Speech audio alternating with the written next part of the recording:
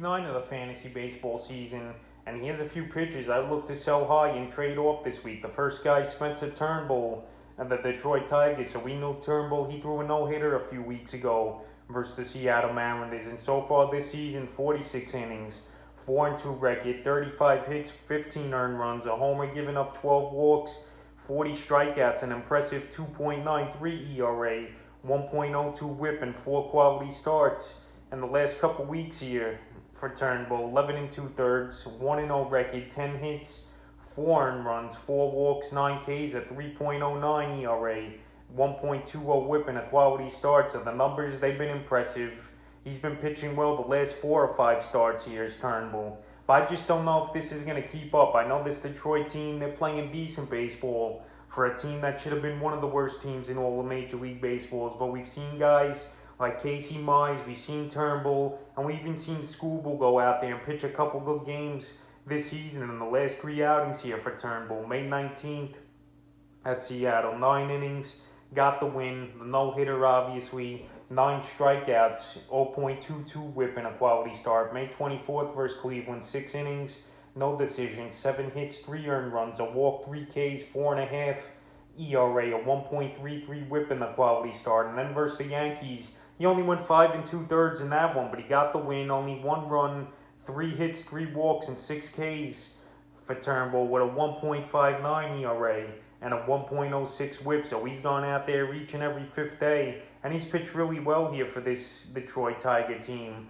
And what else could you ask for a fantasy guy to pitch for a 2.93 ERA, especially on a pretty bad team, and especially in the American League? But right now, I just don't see it withholding, and we'll see what he does at his next start, June 4th, at the White Sox. But if you could get a good power bat, or just a pretty good hitter in general for Turnbull, this is a 1-for-1 type of deal. I would go out there and try to make. The next pitcher is Craig Kimbrel of the Chicago Cubs, so I don't really speak about closers that much in these videos throughout the weeks. But right here, Craig Kimbrel, he's pitching real well here for this Cub team. On the season, 23 innings, 1-2 record, already 13 saves, 10 hits, 2 earned runs, a homer, 8 walks, 39 strikeouts, a nice 0.78 ERA, and an 0.78 whip. But the last couple weeks, the saves have gone way up here for Kimbrel, with the Cubs winning obviously a lot of close games, 6 1/3, 1-0 record, 3 hits, no runs given up, 1 walk, 12 Ks, 5 saves,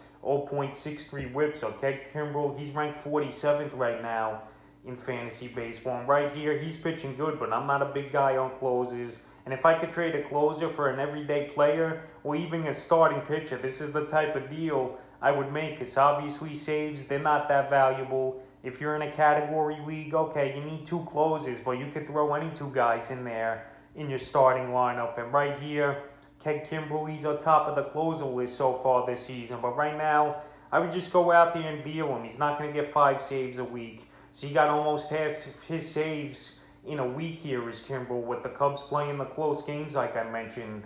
And if the Cubs do start to falter and get out of things, we could see him go to a contender later in the season. But right now, if I could put Kimbrel on the block and get a good hitter for him, why not do it? Because right now, starting pitching and hitters are more valuable, in my opinion, than a closer in fantasy baseball. The next pitcher is Hendriks, another closer here on the Chicago White Sox here. So both Chicago closers this week are sell-high candidates. And Hendriks, he got a record deal in the offseason for a closer, signing with the Chicago White Sox. And so far, he's pitched very well. He got off to a slow start, but now he's getting things going once again. 22 innings, 1-1 record, 15 hits given up, 5 earned runs, 4 homers, 3 walks, 36 strikeouts, a 2.05 ERA, and an 0.82 whip here for Hendriks. But the last couple weeks, 5 innings, 5 saves, a walk, 10 strikeouts, no runs given up, an 0.20 whip. So right here, he's been pretty perfect the last 2 weeks of the season. Here's Hendriks. He's getting good saves. He's on a good Chicago White Sox team that I expect to win the AL Central this season. But right now, just like I said with Kimbrel, closers are a dime a dozen in my opinion. And if you could sell a guy high for an everyday player or a starting pitcher where there's more value in points leagues and even category leagues, it's a no-brainer in my opinion. And right now, even though Hendriks is one of the best, I would trade him off, and I could probably get a decent hitter like an Adolis Garcia or someone along those lines here for Hendriks, I think, if someone's really craving a closer right now at this time. So I definitely would sell him high, is Hendriks. The next pitch is Alex Cobb of the Los Angeles Angels. So Cobb here, he used to be a great ball player, obviously, on the Tampa Bay Rays, but now he's struggled the last couple seasons, bouncing around the league here with the Baltimore Orioles. Now he's on the Angels here. And so far this season, he's been pretty good. 33 and a third only, though. 3-2 record.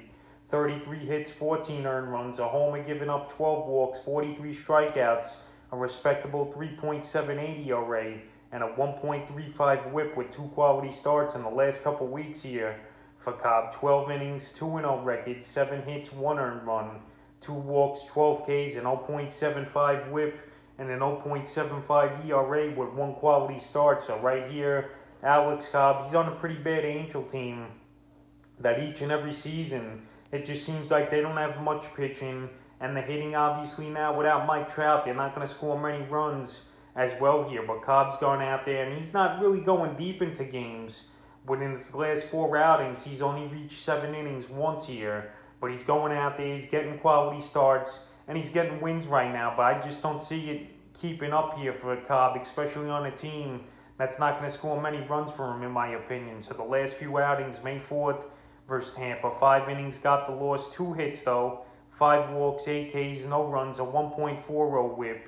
May 20th versus Minnesota, 5 innings, got the win, 4 hits and earned run, 4 Ks, 1.80 ERA, 0.80 whip. And then his latest outing at Oakland, 7 innings, got the win, 3 hits, no runs, 2 walks, 8 Ks, 0.71 whip, and a quality start. So it's good to see Cobb starting to turn things around. And he's also in a contract year as well. So right here, he knows he's got to go out there and pitch really good here if he wants to get a decent contract in free agency next season. But right now, I just don't buy it.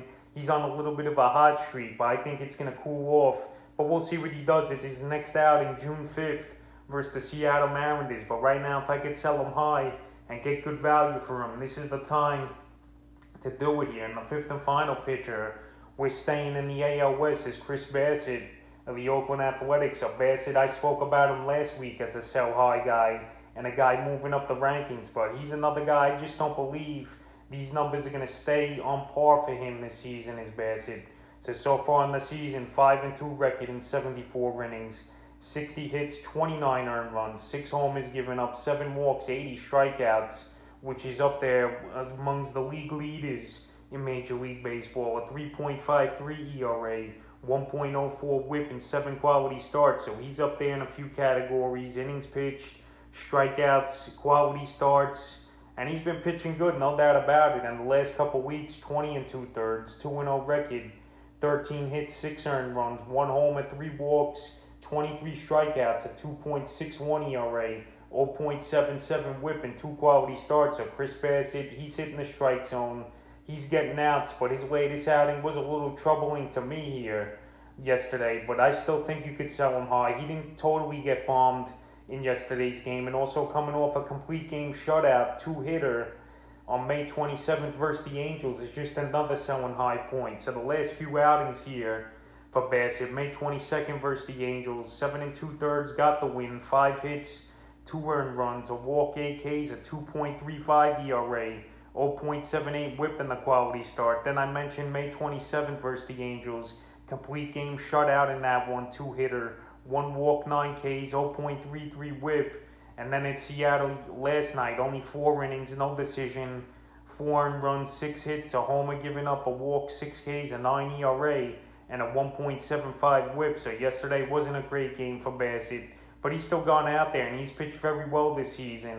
And I believe he'll continue to get things going and pitch good. But right now, while his value is still super high, in my opinion, this is a perfect time to sell him high. So that's a few pitches I look to sell high here and trade away in week 9 of the fantasy baseball season.